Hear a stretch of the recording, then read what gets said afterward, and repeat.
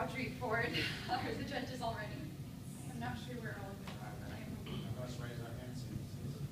Okay, awesome. And then time for you guys. Yeah. Oh, you're the judge. You're the timer. Oh, sorry, I saw your phone and thought that it was a timepiece. Okay, you're ready. All right. A few months ago, I visited one of my closest friends in the state of Minnesota.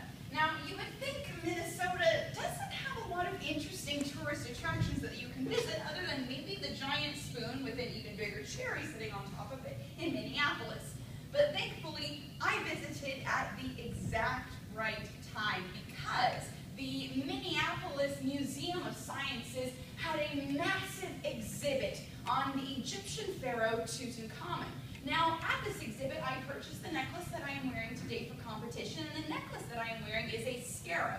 Now, in Egypt, scarabs are supposed to represent good luck, and they're also supposed to represent living a long and prosperous life. And the hieroglyphs that are carved on my necklace represent exactly those ideas. Now, today, we're going to be discussing what I hope to be a representation of this scarab necklace. And I hope that the supposed presidential electee for Egypt has a few scarabs in his back pocket because he's dealing with a really difficult situation.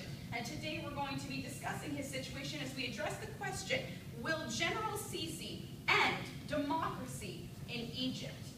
Now, my answer to this question is no.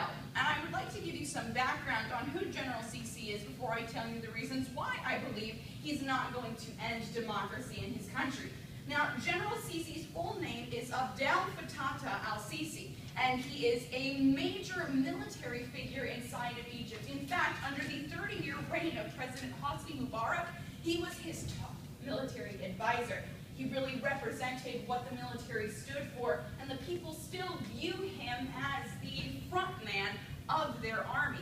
But he gave up his position in the military on May 27th, so actually just this week he resigned from the military in order to make him eligible for the presidential candidacy inside of Egypt. He has not technically won the election yet, but all news sources say the person running against him doesn't even stand a chance. So this man is going to be president of Egypt, and the reason why people believe he might be a threat to democracy is because he was the leader of the July 3rd coup against Mohamed Morsi.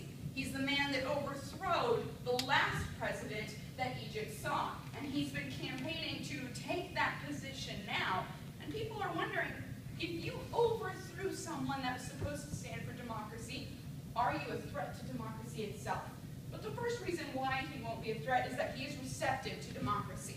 Then we'll discuss the idea of him working on improving the country as a whole. And finally, the idea that Egypt is not a democracy now, but it can be. And so let's jump right into that first point, discussing the idea of him being receptive to democracy. Now, Middle East Monitor stated on May 19th that Egypt is not ready to become an advanced democracy. They are ready to have simple steps like allowing the people to vote, like allowing the people to visit hearings and trials and see what goes on the legislative floor of their government, but they're not ready to take all of the steps to fully transition to a democratic country. And General al-Sisi recognizes this, which is absolutely crucial to this man's credentials because he's pretty much going to become their next president. Global Attitudes Project then stated on May 22nd that General al-Sisi has already begun removing members of the Muslim Brotherhood from power, which was the organization that had power for about 30 years and is pretty much responsible for all of the anti-democratic movements that were seen in Egypt over that 30-year span. So first and foremost, he recognizes the situation in his country, that they're not ready to be a full-fledged democracy yet.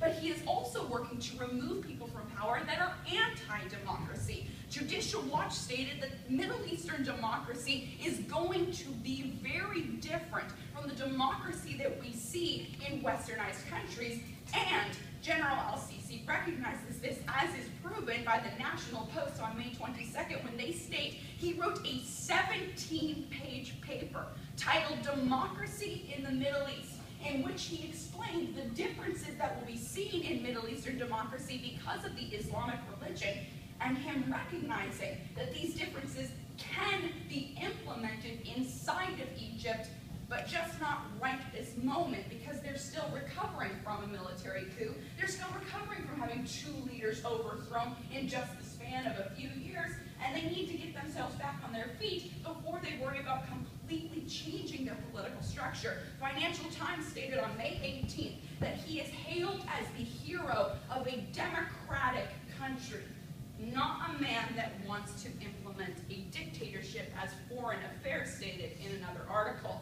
But what's also important to note about General al-Sisi is that he wants to improve the country. He doesn't want to drag it into a military dictatorship. He wants to make Egypt strong. As The Guardian stated on May 22nd, he dreamed of becoming the president and leader of his country, so he believes that it is God giving him the role of leading Egypt into an era of prosperity. CNN stated on May 22nd that he will transform the fortunes of Egypt. He will bring the era of the scarab into this country, and he will make them the great nation they deserve to be. As the Irish Times stated on May 23rd, he has vowed to give the people what they need, and he is a reassuring leader that wants to usher them into an era of global power. And USA Today stated on May 23rd that Egypt needs a strong man to lead them.